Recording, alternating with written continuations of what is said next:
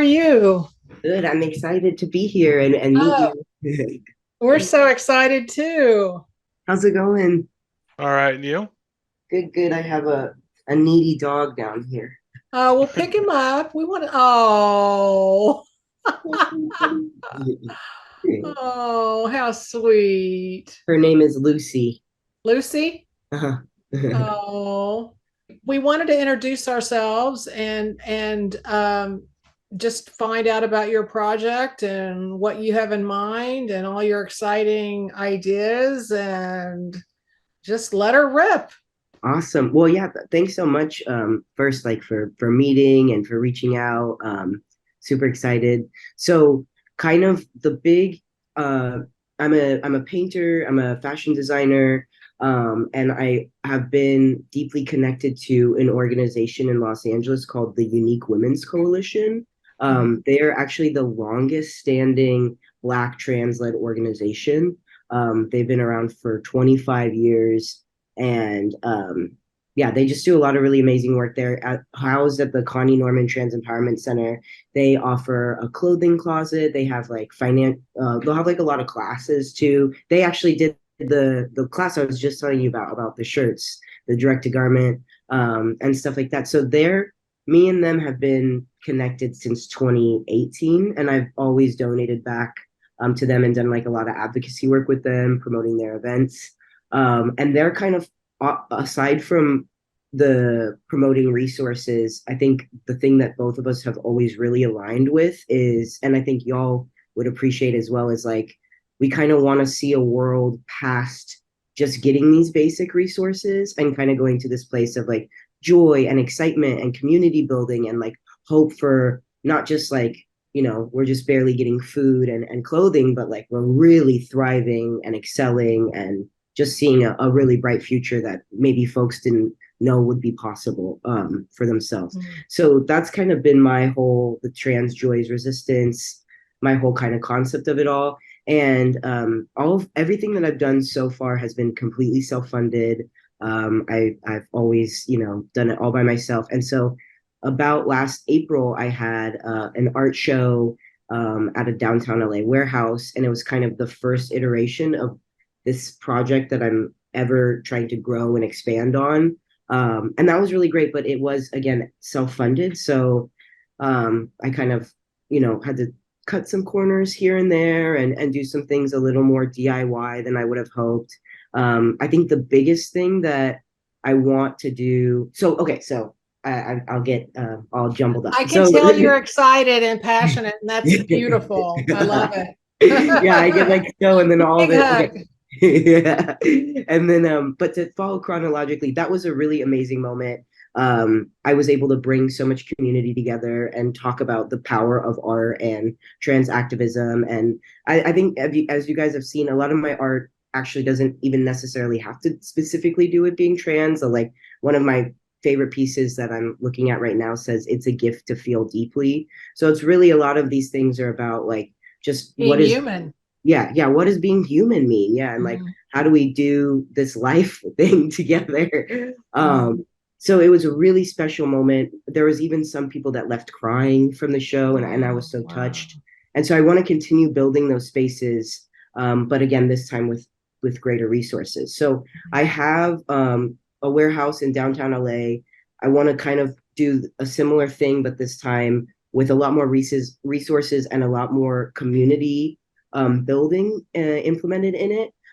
One thing that I couldn't do last time was I had to utilize a lot of friends for help, and they just volunteered. And I have so many friends in this community that are really beautiful artists themselves and make really beautiful work.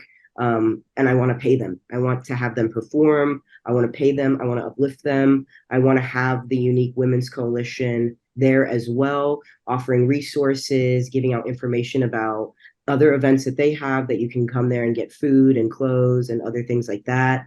I also am pretty deeply connected with the LA LGBT Center. And so I want to have like, what is it called? They call it like a harm reduction booth. So it's things like Narcan, condoms, information about 12-step programs, addiction related resources, and kind of take that initial concept that was a little smaller and really expand it so it's a big community engagement. I Um, love your dream, and I think this is not just a dream. I think it's a beautiful goal, yeah, and we'd love to support you with this grant in making it a reality. hell yeah. I mean, I got so when I saw the email. I mean, you don't even know what that meant to me. Oh, that makes You, me so happy. you probably noticed it because I responded within like 10 seconds of it going in. I was like, hey, Well, I oh wasn't sure. A my lot God. of our emails go to spam. Oh, So I was thinking, word. okay, am I ever going to hear back from him? And I thought if I didn't, I was just going to call you. Oh yeah, yeah. Either way, you if you have my number, call me anytime, text me Mhm. anytime. But no, I saw it right away. I love it. I love But yeah, it. that's that. I think that's kind of the long story short. But like the headline of it would just be like the power of art and activism and like community building and just building joyful spaces where we can come together. Especially, I think it's so important right now more than ever, because of everything that's going on. I think in trans community, something I really care about is, you know, a lot of people are posting how hard things are and some of the hardships that are going on right now, but you can't Mhm. just only have that all the time. Like that's Mhm. gonna eat out at your soul, you know. Like, and Mhm. so what's the other side of it? Like, what is the fun? When are we, why are we continuing to go on this fight? And how do we heal and kind of build spaces like that when Mhm. so much is going on? And That's so beautiful. your event now, I was kind of looking at your application again recently, and it said that you wanted to do a 3 month installation. Now, you also talked about like DJ Succubus and also these like, so, and then just recently in this conversation about the the harm reduction booth and stuff like that. But essentially, is the idea is that you'll have an opening night with all that stuff there, and then like you'll have the installation there for 3 months after that. Yeah, I think when I initially did it, the dream would be 3 months.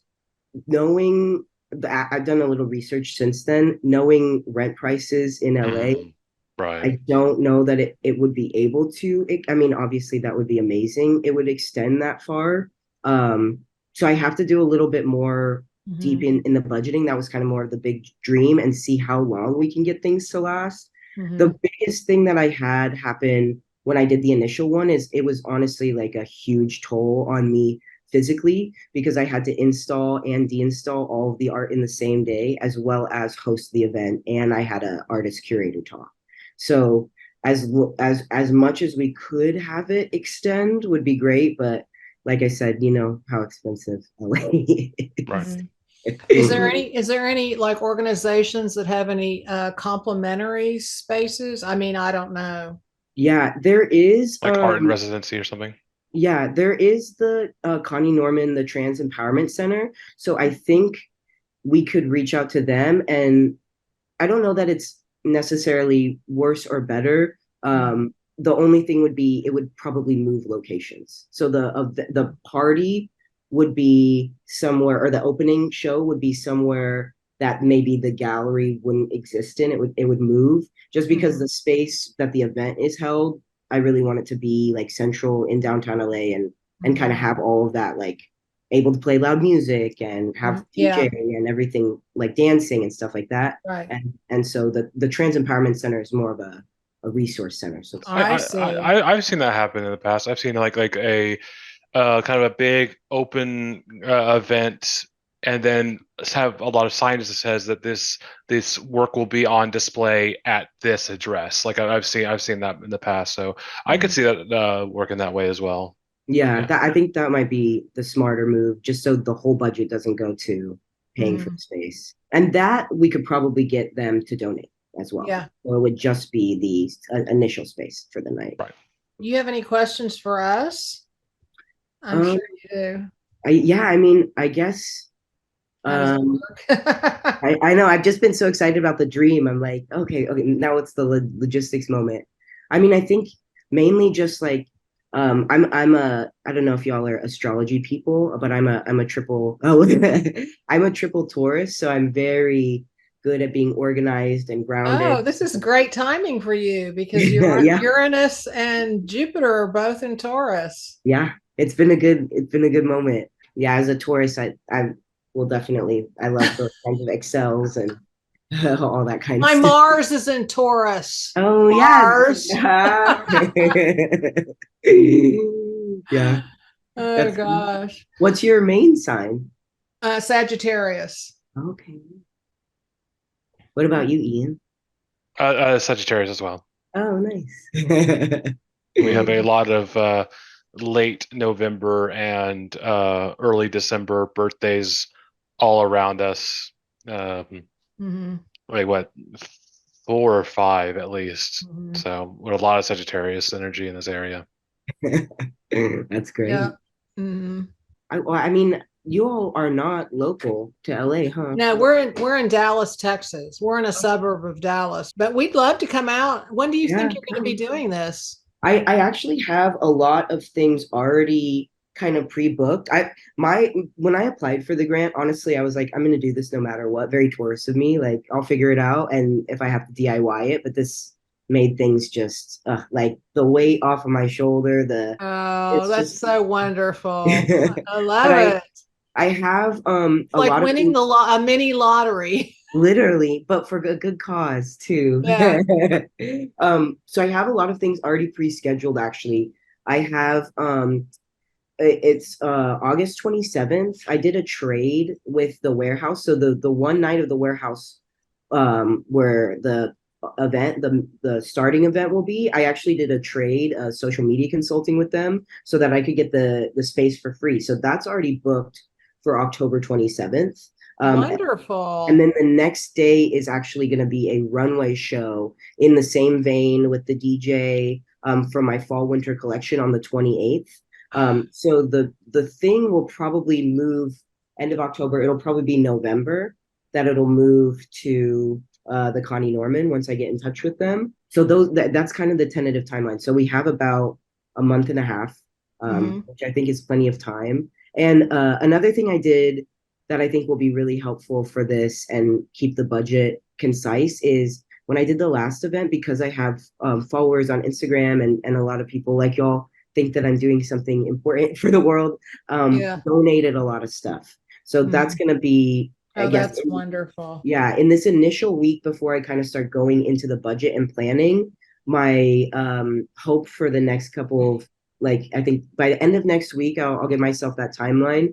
I want to just start reaching out to people that I want to see how much we can get donated and figuring out how much people should be paid and yeah, Mhm. kind of formulating that so that by end of next week, mid September, I have an idea of kind of what's outlined there. But hopefully, again, we can get.